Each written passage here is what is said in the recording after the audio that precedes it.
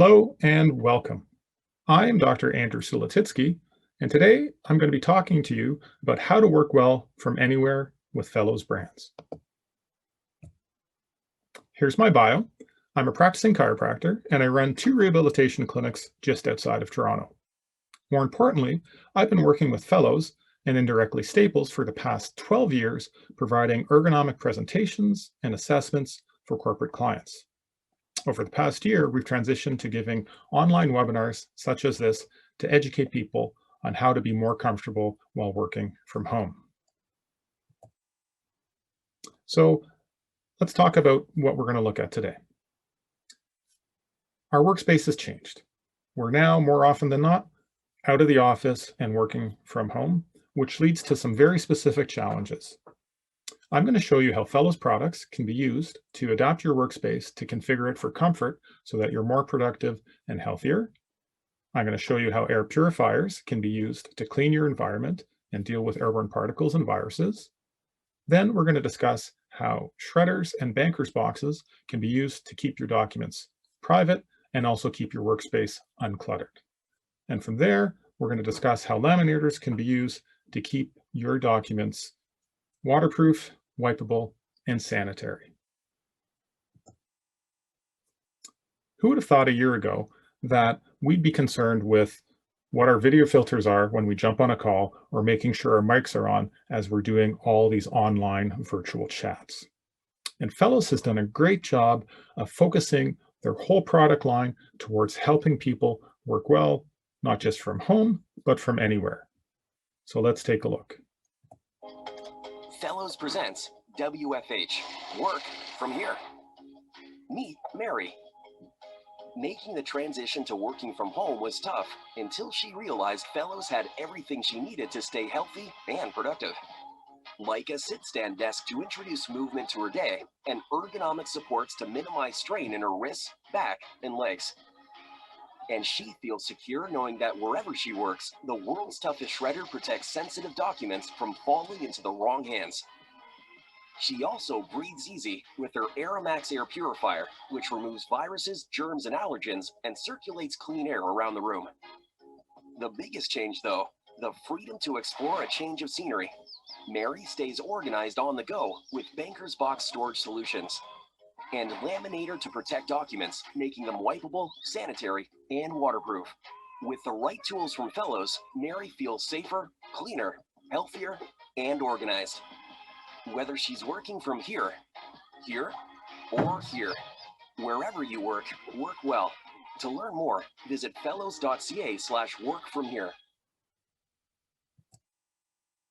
So as you can see, Fellows has a wide range of products that can help you wherever you're working to be safer, more comfortable, and healthier.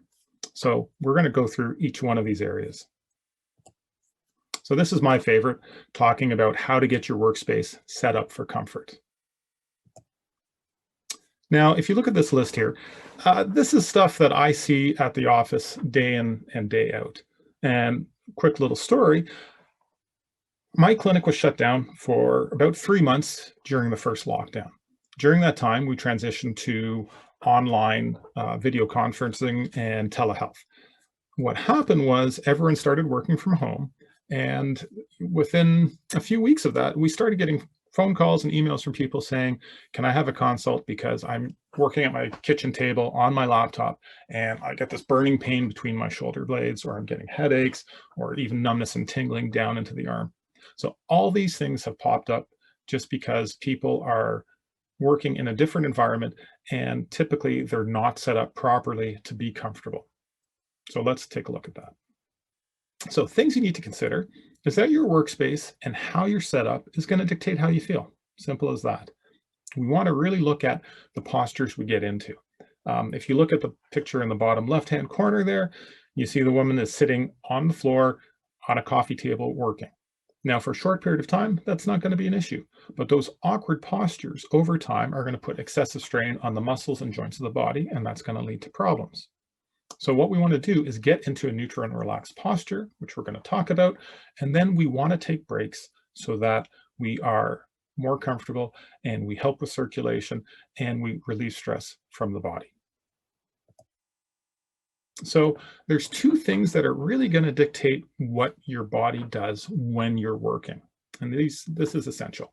Um, no matter how good of a posture I try to get myself into, where my hands are going, whether it's writing on a document or typing on a laptop or using a mouse, and then where my eyes are looking will dictate what my body does. Okay, so if you look at the bottom picture there, that gentleman's looking at a monitor, okay, but that monitor is too low for him. So what happens is, even though if he tries to sit upright, he eventually, because he's looking down at the monitor, his body is going to adapt to that height of the monitor, and he's going to be looking down and hunched forward like he is. And that obviously will lead to problems over time. So we really want to focus into getting into a neutral and relaxed posture. And the best analogy I can give for this is if you think about when you go for a long drive or you go to watch a movie, you're not sitting at the edge of your seat or hunched like this. You typically sit back into the chair or into the driver's seat and get comfortable. But when we work, we tend to just sit down and start working without thinking about the body position we get into. So the whole point with a neutral posture is that muscles aren't engaged as much. They're more relaxed. Okay. So the chair is doing the work. You're not totally upright where your muscles are engaged. Okay. Number one. Number two, when you're in that neutral and relaxed posture, your muscles are more efficient and you're putting less strain on the joints of your spine and the rest of the joints of your body. Secondly, what we want to do is once we get into that neutral posture, we want to adapt our workspace to fit us. Okay. So in the previous slide where that gentleman was sitting hunched forward like that, he was adapting his body to the workspace. So he was actually becoming ergonomic to the workspace. We want to flip that around and we want to adapt the devices we're using to fit our neutral posture. And that's what ergonomics is in a nutshell, is products and devices that are designed to adapt and fit the end user while they're in a neutral and relaxed posture.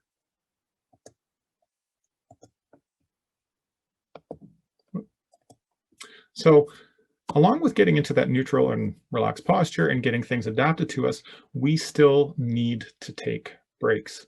As human beings, we are designed to move. We are not designed to sit for hours on end in front of a screen. And one thing I've heard a lot of patients say lately is that now that they're working from home, they tend to sit a lot more. Previously at the office, they would get up, go for a drink, speak to other colleagues, but now they're sitting at home and they'll spend 3 hours without taking a break. And we need to help with our circulation by moving. And as well, when we sit, we put excessive strain on our spine, which is not a good thing. So if there's one thing I can impart with you today is that you need to move and you need to take breaks and incorporate movement throughout your day. So a good rule of thumb is what we call the 20-20-20 rule. And basically that means is about every 20 minutes, you need to get up and you need to take a quick little break. So that's a 20-second break. And what you do is you stand up, okay? And if you have pain between the shoulder blades, then focus on that area. Stand up, roll the shoulder blades back, okay? Circle the arms, move the neck around. Wherever you're tight, move that spot. If you find you're feeling sluggish and your low back sore, stand up, do some squats, do some calf raises, do anything you can to move for about 20 seconds.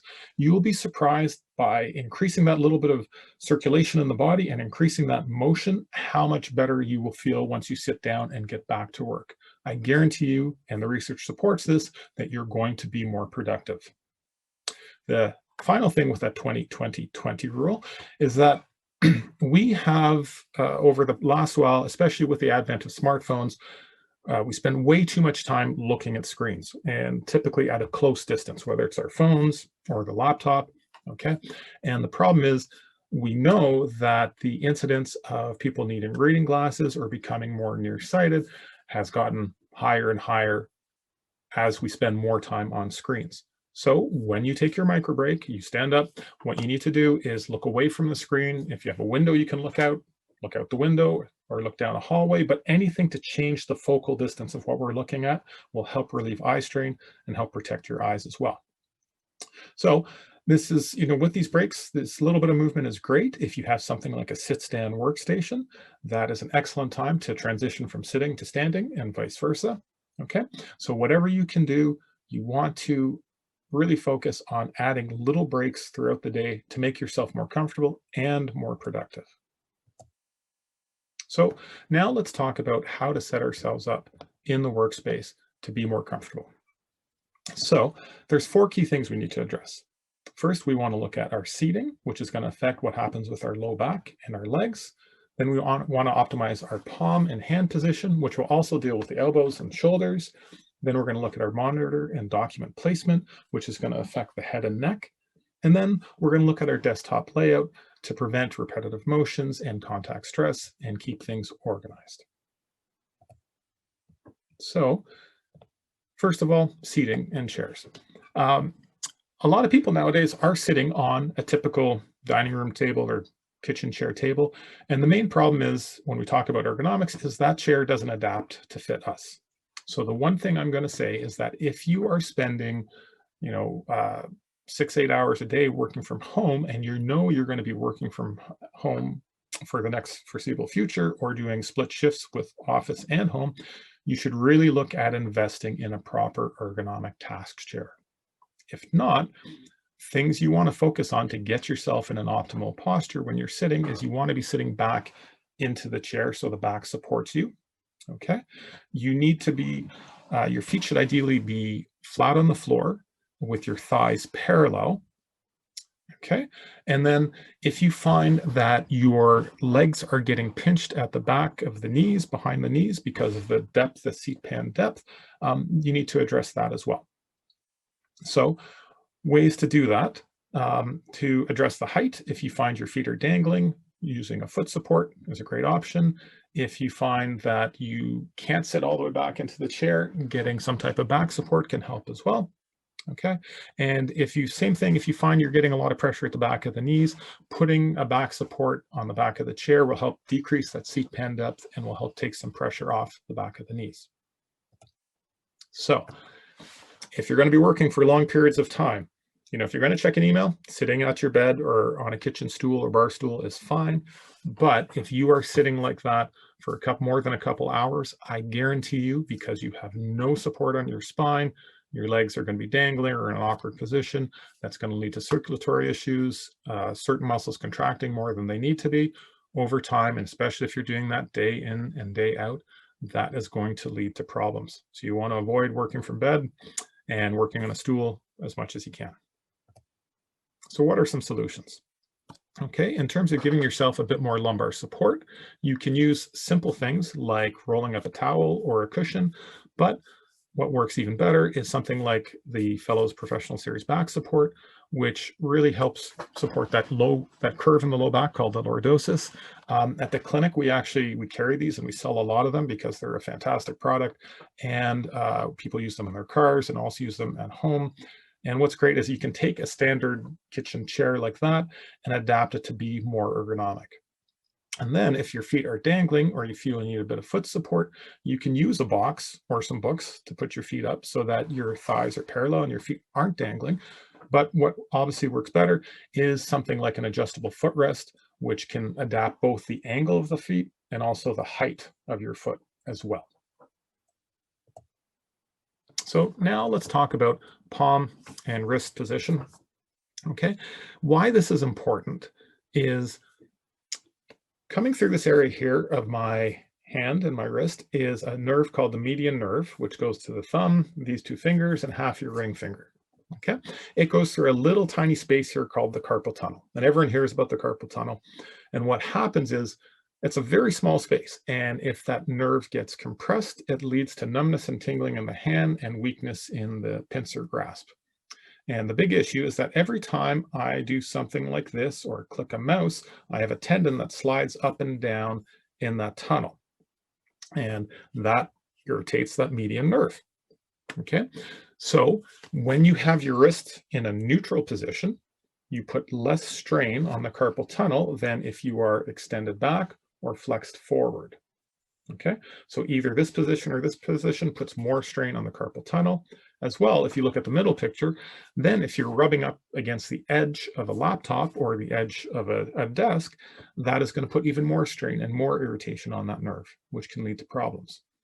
Wrist deviation can also affect this as well, but the wrist deviation actually has a lot of impact on what happens at the elbow. So if you have a golfer's elbow or a tennis elbow, once again, you want to focus on getting your wrist into that neutral position.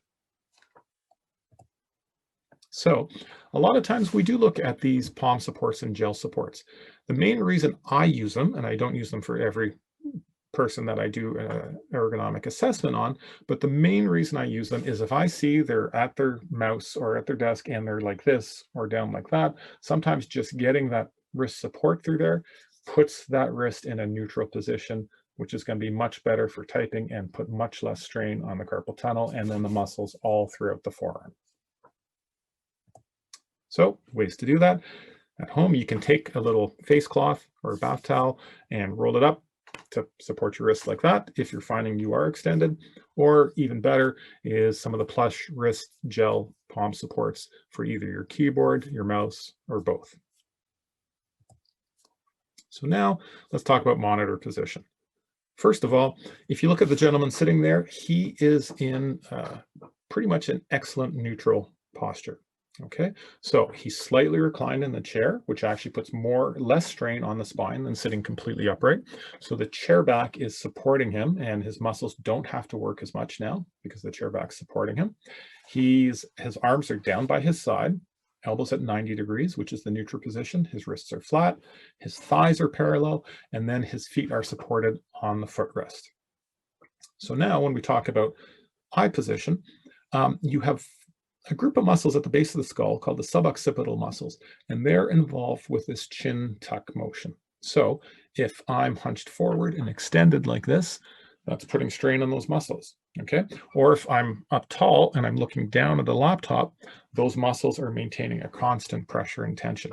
Now, these muscles and a nerve that goes between them refer sensation and pain to here and to here. So whenever I get a patient that complains of a headache behind the eye or at the temple, okay, or at the back of the neck, I know it's from their neck position, and I know if I loosen up those muscles, they're going to feel better.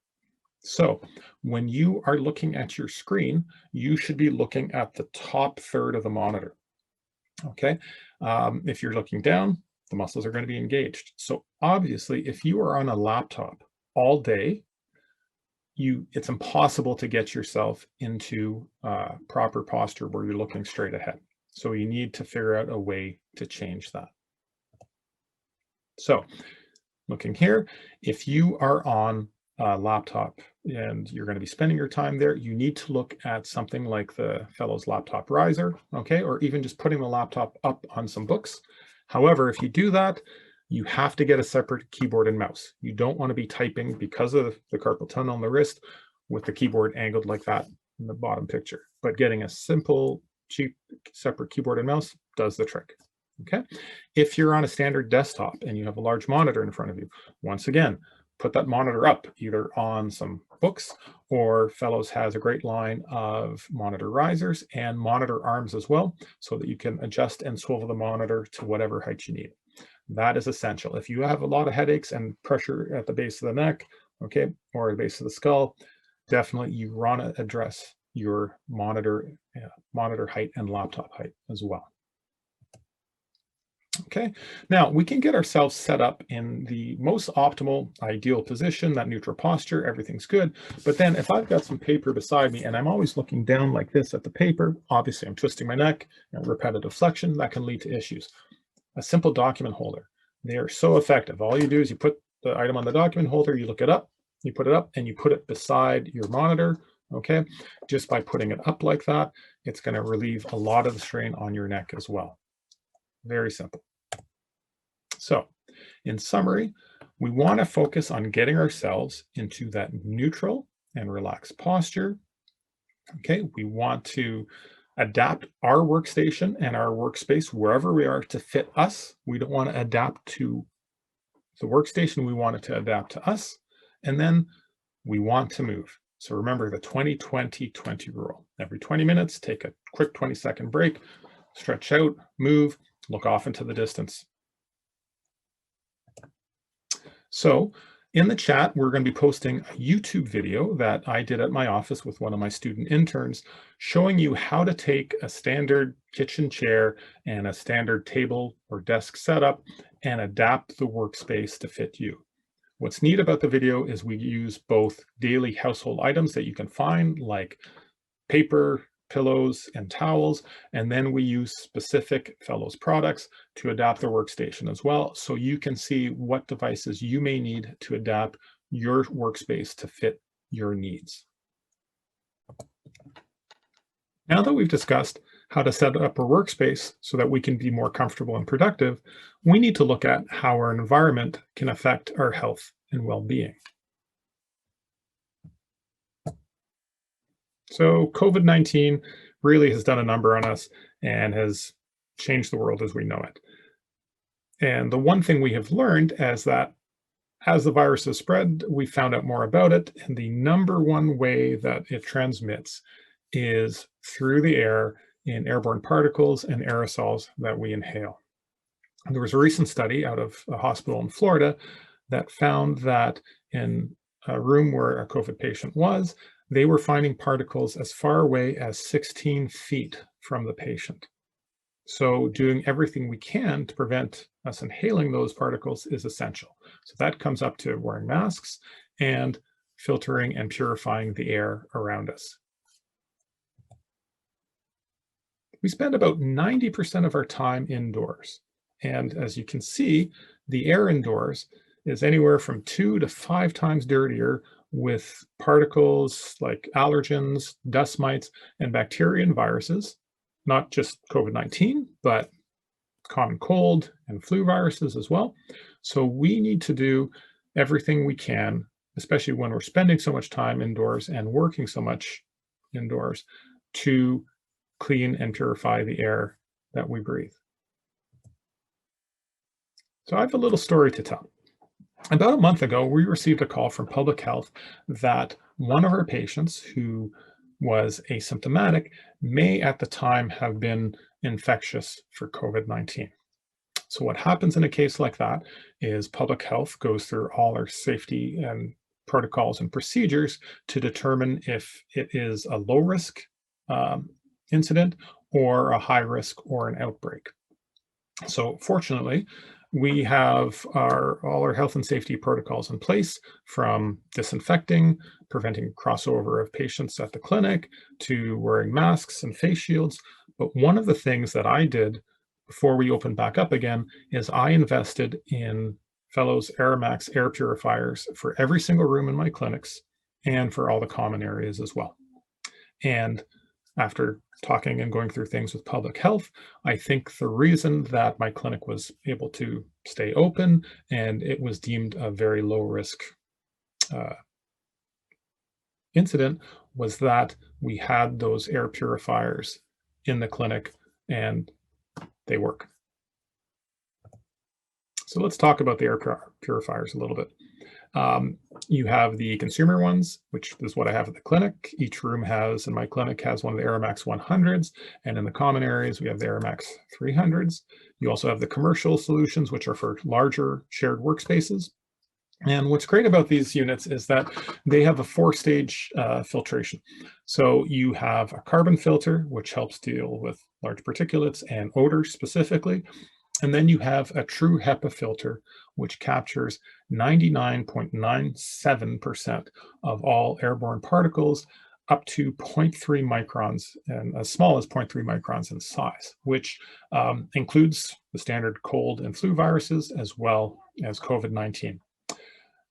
Beyond that, HEPA filters can build up particulate, and all the HEPA filters are treated with a AeroSafe antimicrobial treatment, which basically helps destroy any bacteria that lands on the filter.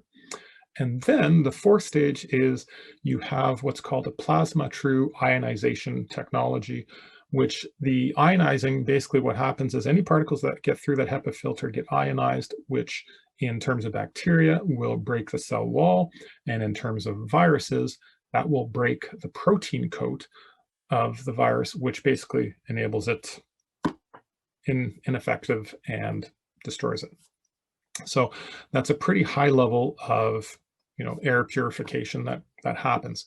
And what's great is with both the commercial units and consumer units, you can actually see the level of the air quality that you're in. So with the AirMax 100s, what we see happens at the clinic is when the air is fairly clean, it's on blue. If there's more particulate in the air, it goes to yellow and increases fan speed and filtration rate.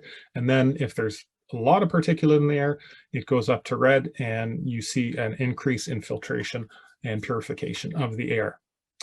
Same thing with the commercial units. You see the exact same thing happen, except that it actually reads and shows you the amount of particulate in the air, and then shows you how much clean air is being purified and sent out into the room. So both are excellent units, and I am really happy that as a clinic, we invested in them. Not only are people needing to think and adapt to their new environments from a wellness perspective with ergonomics and air purification, but also from a spatial and legal perspective. Shredding is a key business activity, not only at the office, but also essential when working remotely. So why do we shred? Companies and employees are bound by their local privacy laws. In Canada, we have PIPEDA and the Privacy Act, for example. And what many people forget when working remotely is that the laws that they are bound to in the office, they're also bound outside of the office. So if they are taking secure or private documents home, they can't simply put them in the garbage when they're done with them, because if those are found or there's a leak of information, they are liable for it, as well as the company being liable for it, even if it's outside of the office. From my perspective, anything we have with patient information on it, once we are done with it, if we are not archiving it, we are shredding it. And that applies to any documents that myself or any of my staff take home as well. Nowadays, with being at home more, we're also concerned with privacy and identity theft. So any documents you have at home, you can't, nowadays, you probably don't want to just stick them in the garbage. You want to be getting rid of them. And that's where the fellow shredders come into play, because they do an excellent job of keeping our documents safe once we destroy them. From a health and wellness perspective, the one thing I'd like to comment on is that keeping our areas uncluttered and clean also makes us better and relieves our cortisol levels, which are our stress levels. And I tell you, when I was cleaning my home office, there is something extremely satisfying about taking a chunk of paper and feeding it into the shredder, hearing that noise and seeing it being ground up into confetti. It actually makes you feel better. And when we're at home and during this pandemic, anything we can do to feel a little bit better is excellent. So let's talk about the shredders. So Fellows has always been known for their shredders, and their new LX series really kind of takes this up a notch. Fellows has had patented 100% jam-proof technology, but they've just made it even better. So what happens when you're shredding a big chunk of paper is the shredder will sense how much paper, the density of it, and how the thickness of it, how much is going into the shredder. And if it determines it's a lot, it will actually ramp up its power to power through that chunk of paper so that you will not have the paper jam and get stuck, which anyone who's done a lot of shredding knows is a big thing. From a safety perspective, what I like is they have the safe sense bar and the IntelliBar across, so that if anything comes into contact close to the mouth of that feeder, whether it's a hand, a kid's finger, or say a pet's paw, that shredder will stop right away. No, just instantaneously. So the risk of any type of damage or getting a body part caught in the shredder is nil. What is nice as well is you have the efficiency meter. And what the efficiency meter does is it lets you know how much paper you can shred, that is, you can maintain at a constant level. And what's great about that is if anyone who's had a large chunk of paper that needs to be shredded, you want to do it as quick and as efficient as possible. So on the LX units, you have a blue light saying the shredder's ready to go. When you put a little bit of paper in, it turns green. When you get the right amount and the optimal amount of paper, it turns a bigger green. You get a larger circle. If you put in even more, it starts going yellow, telling you you're pushing it and it's not as efficient. And then if you hit red, it's saying that's too much and you got to take a step back. But what's great about it is it'll always let you know what the optimal amount is. And then once your bin gets full, it'll tell you that as well, so it doesn't back up or overflow. So all of those are fantastic features, and having a fellow shredder both at home and at the office, I can tell you they are workhorses. They just go and go and go. And as the saying goes, they are the world's toughest shredders.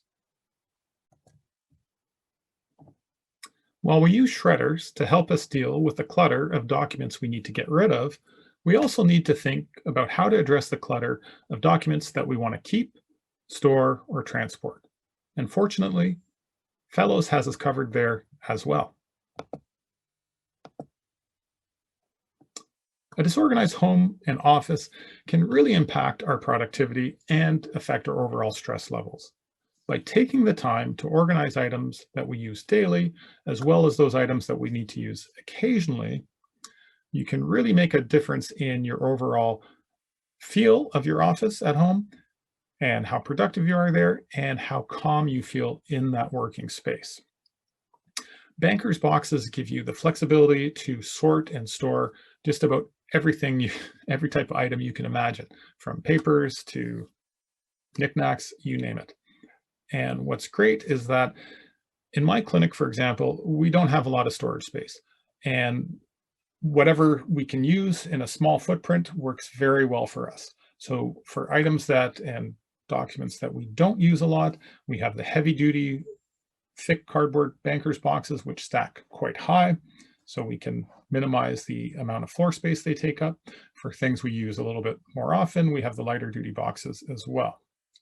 And what's great with the banker's boxes is you can write directly on the box what's in there. So that labeling lets us know where our documents are and what's in the box. At one of my clinics, we had an issue where a pipe burst in the ceiling and it flooded part of the clinic. And fortunately, some of our boxes were the plastic banker's boxes, and that prevented the documents inside from getting wet and getting damaged, which was a big issue. So what's great about these banker's boxes, if you need something that's a little bit more robust, is still stackable and modular, and you may be putting them in an area that could get moist or has mold or lots of dust, like a garage, an attic, or a basement. These plastic banker's boxes are excellent. They're heavy duty. They're going to keep your documents safe and dry, and you can stack them up. And if you're transporting a lot, you can use the little ones because they have the handle, which is really excellent for just transporting things back and forth.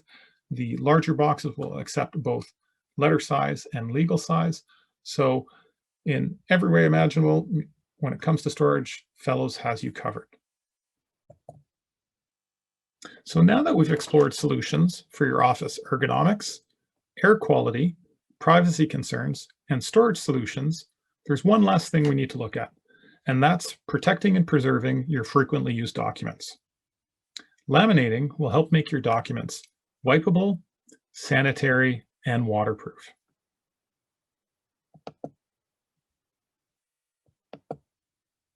Before we got started discussing what you need to look for in a laminator, I want to share two websites with you. The first one is right here. This is a site that Fellows has come up with that has templates for social distancing and health and safety signs that you can use in pretty much any workplace. I really wish I knew about this site when I reopened my clinic after the first lockdown, because I had my staff spend a lot of time designing signs that didn't look half as good as this. And then we had a bunch of things printed up through a printer, which ended up being very time consuming and expensive. And if I'd known about this site, we could have simply gone here, downloaded the templates we liked, laminated those things we printed up, and we would have been good to go for much cheaper and quicker than the process we did. So if you have a business, I highly recommend you check out this site. The next site I'd like to share is the Idea Center. Now, my wife is a teacher, and I shared the site with her, and she loved it and ended up sharing it with a lot of her colleagues. It has everything from ideas for home, which is things like calendars, holiday signs, to little arts and crafts projects. Um, for school, you have everything from multiplication tables to fraction charts to grammar charts. And what's great about that is if you have a dry erase marker and you've laminated these templates you've downloaded, you can write on them and then the kids can reuse them. And if someone is in school, if a teacher has a document that needs to be shared among students, if it is laminated, then it's waterproof. So you can spray it down, wipe it down, disinfect it, and share it with another child, which is fantastic. So when we look at laminators, there's a couple things to consider. The first is the size of the documents we're going to be laminating. So if you're typically just using letter size, then you can go with one of the smaller 9.5-inch units. But if you're looking at doing things like menus or items that are 12 by say 17 inches, you need a larger laminator, obviously, so the 12.5-inch units will do it for you. The next thing you need to look at is, with the documents you're laminating, what's their use? So if you have something that's not going to be used that often, that you might just say put up on a wall, but you want it to look professional and not fold over, a 3 millimeter pouch will be perfect for you. But if you need something that is going to be shared often, or you want it to be fairly thick, then you look at the 5 to 10 mil pouches, which have a lot more durability and are more rigid as well.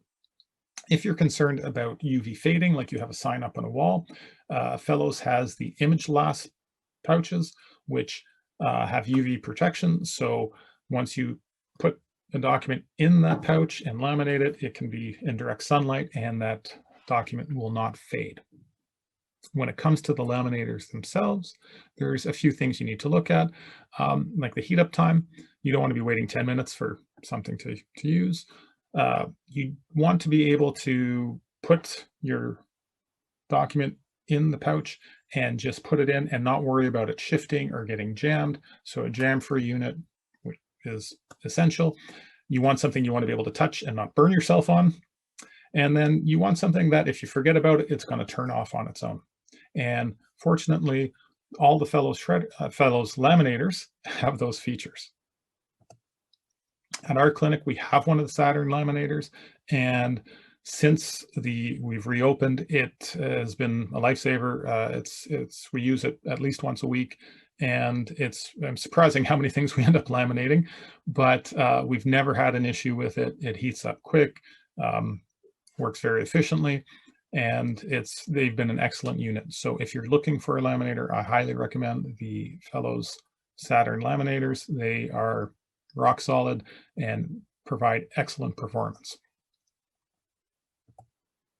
So we have touched on a lot of things in this presentation, and obviously not everything is going to apply to everyone. So you need to think of what your needs are.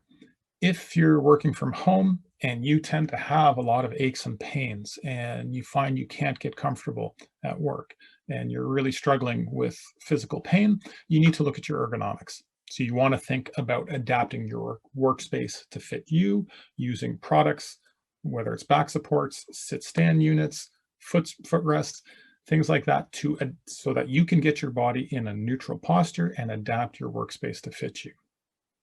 If you're concerned about infection control and the potential spread of viruses and pathogens, you want to look at your air purification and also your lamination for things that are being passed from person to person. And then if you are concerned about clutter and privacy as well, and you want to keep your documents safe and secure, then you want to look at your shredding and storage needs. Unfortunately, Fellows, they cover all of these needs. and all their products are fantastic. Like I said, I come from an ergonomics background, and I recommend the Fellows products all the time because they work, the price point's excellent, and they are just designed very well. In terms of all the other products, I literally use all of them at my office, and we have never had an issue with them, and they have been fantastic for us. So hopefully from this, you've learned how to work safer, cleaner, and healthier, and be better organized wherever you may work. So that is the end of our presentation. I hope you enjoyed it, and I hope you stay well and stay healthy.